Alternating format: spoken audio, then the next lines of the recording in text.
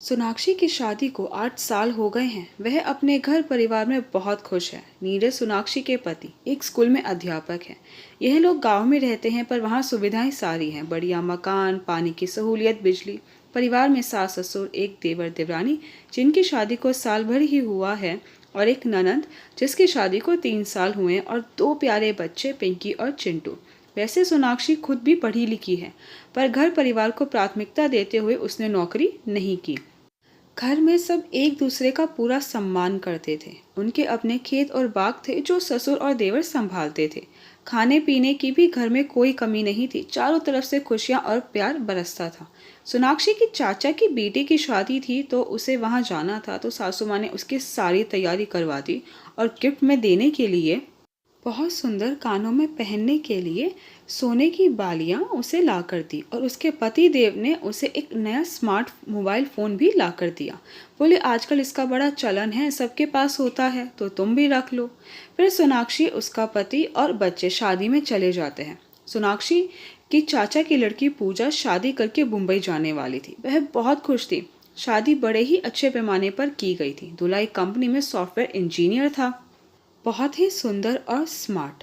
रितेश नाम था उसका। पूजा की शादी का उत्साह देखते ही बनता था। उसे तो मायके से दूर होने का बिल्कुल भी दुख नहीं था। सब मजाक भी कर रहे थे कि पूजा तो फेरों से पहले ही पराई हो गई। मैंने भी उसके साथ अपना फ़ोन नंबर एक्सचेंज कर लिया ताकि कभी भी मन करे तो मैं उससे बात कर सकूं। फिर बड़ी ही धूमधाम से विवाह संपन्न हो जाता है।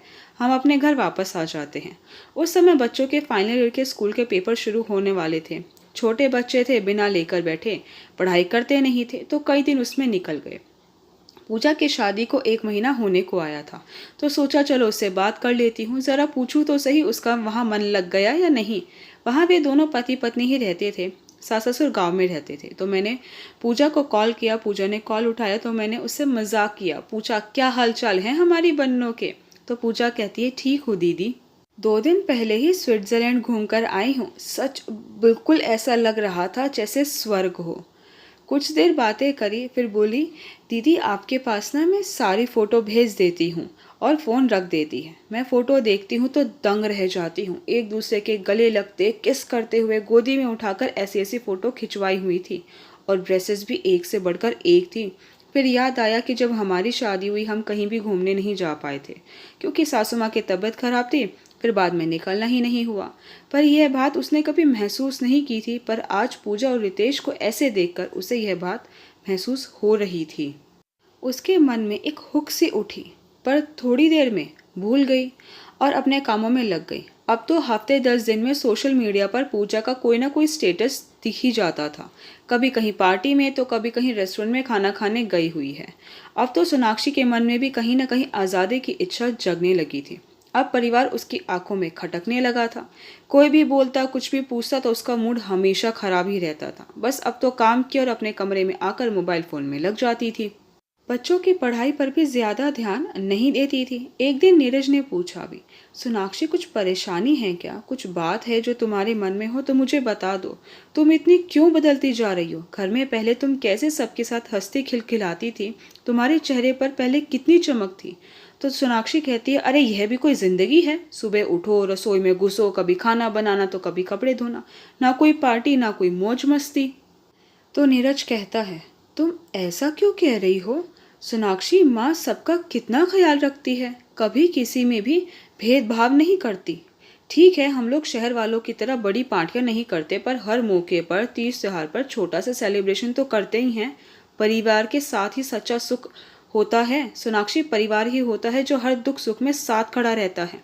पर सोनाक्षी ने तो यह बात ना समझने की कसम खा ली थी।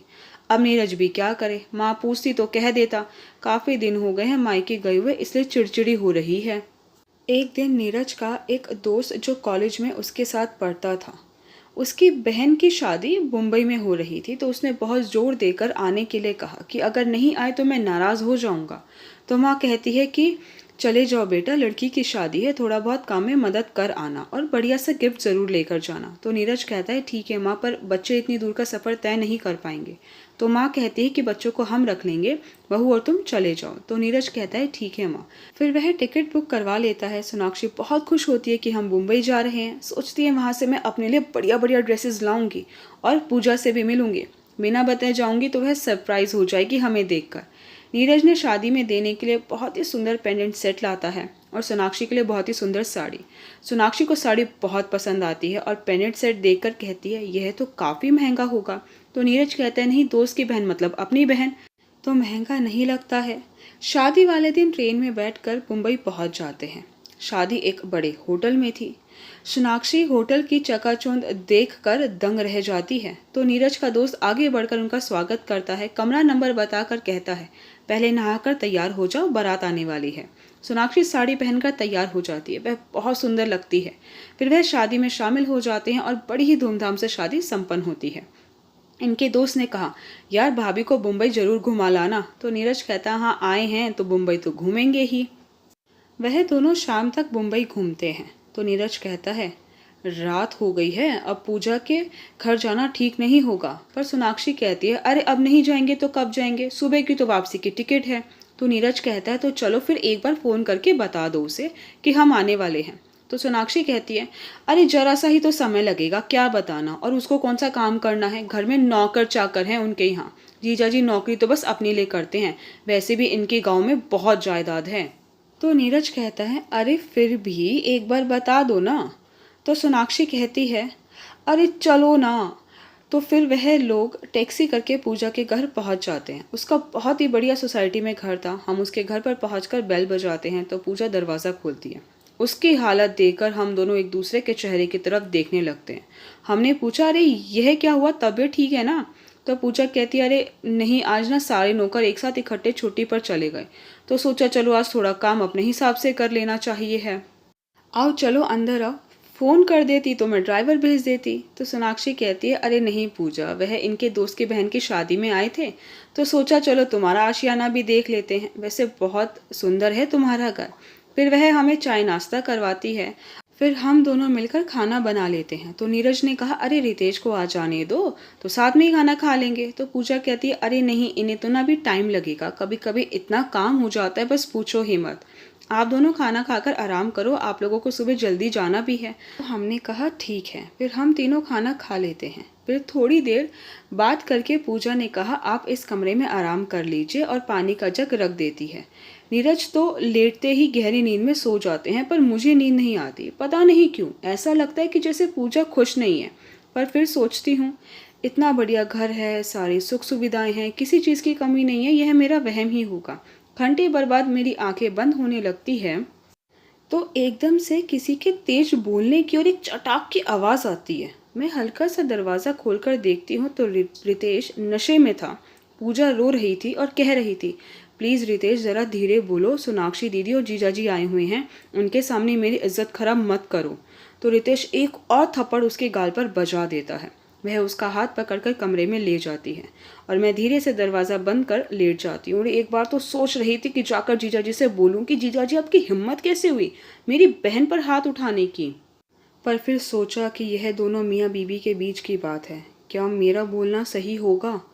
मैं पूजा के सामने जाकर उसे शर्मिंदा नहीं करना चाहती थी और सोचने लगती हूँ कि इसको देखकर मैंने अपने परिवार का तिरस्कार करना शुरू कर दिया था। अब यह गलती दोबारा कभी नहीं करूँगी।